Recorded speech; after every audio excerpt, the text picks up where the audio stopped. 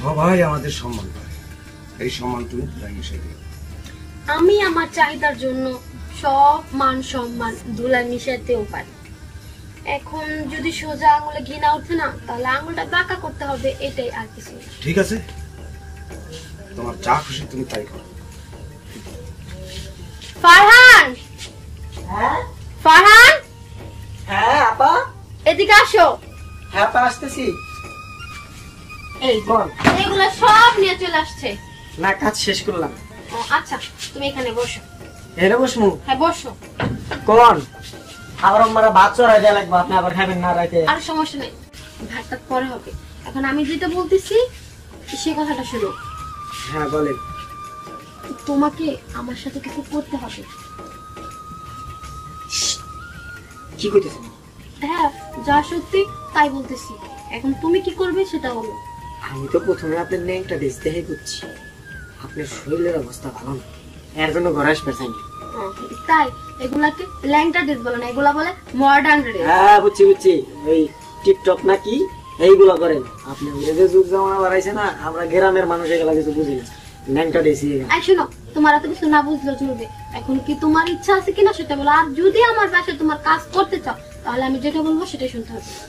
তো আমারও তো আপনার দেহ হয় না, কিন্তু আপনার মামা শ্বশুর আছে। আরে সমস্যা নেই, আর একটা কাজ করো, আমি যেটা বলবো তুমি সেটাই শুনবা। আর এখন ওই যে আমার মামাটা আছে না, মামা শ্বশুরকে ডাকবো। দেখেন, ঘরে আমার একটা বউ আছে, আমার বউ কিন্তু হাফ মেন্টাল, এইগুলা জানলে সমস্যা হয়ে যায়। আর কোনো সমস্যা নেই, তোমার যেটা বলতেছো ওটা করো, তুমি ডাকবো।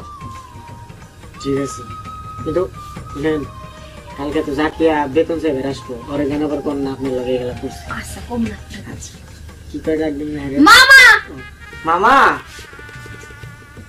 মামা একটু শোনেন তো। মামা ডাক। আবার কেন ডাকছো? চলে আসছে। মামা এখানে আগে বসেন, তারপর আপনারা বলতেছি কিসের জন্য ডাকছি। বুঝতে হবে না, তুমি বলো কেন ডাকছো? আরে মামা বসেন, একটু বসেন বসেন। আমি তাহলে যাই। এই কোথায় যেতেছো তুমি? কোথাও যাবে না, এখন তুমি আর আমি এনজয় করব। আর এই যে আমার এই মামা শ্বশুর সব বসে বসে দেখবে। আর মামা একটা কাজ করেন, এই ফোনটা আছে না, আমরা দুইজন যা করব সবকিছু আপনি ভিডিও করবেন। আর ভিডিও করার পর আমার হচ্ছে ফেসবুক আমি যে ভাইরাল, মনে হয় এটা সোশ্যাল মিডিয়া যখন আমি দেব, ইস আমার যে কত ফলোয়ার বাড়বে। নেন হ্যাঁ, চুপ করো। কিছু করো। আমি তো প্রথমে আপনাকে অফারটা দিছিলাম, যেহেতু আপনি মানলেন না, তা আমি আর কি করব, তাই আর কি রাজি হয়ে গেলাম। এখন আমি ওই দিয়ে কামটা চালাই নিব। ফারহান, তুই তো কাজে যা। না ফারহান কোথাও যাবে না। আমি যেটা বলছি সেটা শোনো। ফারহান তুই কাজে যা। আচ্ছা যাও, যাও, যাও, যাও। মাত্র লুঙ্গি এক দুই ফোঁটা পড়ছে। কি এখন কি করবেন বলেন? তুমি পাগল হয়ে গেছো? পাগল না, আমি বললাম না, আপনি তো বলছেন আমি খুব জেদি মেয়ে। তা আপনি তো জানেন যে আমার ইচ্ছা পূর্ণ করার জন্য আমি সবকিছু করতে পারি। আমি জানি তুমি খুব জেদি। তাহলে আর দেরি করতেছেন কেন? চলে আসেন। তবে এই কথা চার দেওয়ালের মাঝেই থাকে। জানতে পারবে না, যখনই আমার একটু মনে চাইবে আপনি শুধু একটু দিয়ে দিবেন, আর কেউ জানবে না। ঠিক আছে, শুয়ে পড়ো।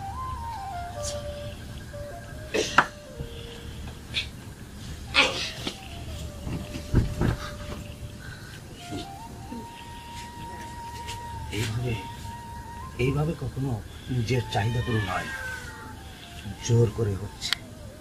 যা কিছু হচ্ছে শুধু তোমার ইচ্ছার বিরুদ্ধে। শুনে ইচ্ছা যেহেতু আমার তোমার চাহিদা, যা কিছু হচ্ছে শুধু তোমার ইচ্ছাতে, আর আমার ইচ্ছার বিরুদ্ধে। আমি নিরুপায়। হ্যাঁ যেহেতু বুঝতে পারছি, আমার চাহিদা আমার ইচ্ছা যেহেতু পূর্ণ হবে, তাহলে দেরি কেন? তাড়াতাড়ি শুরু কর।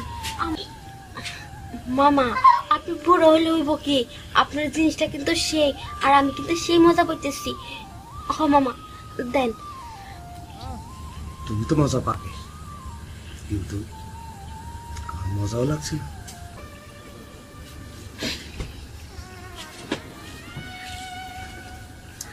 তবে শোনো বাবা,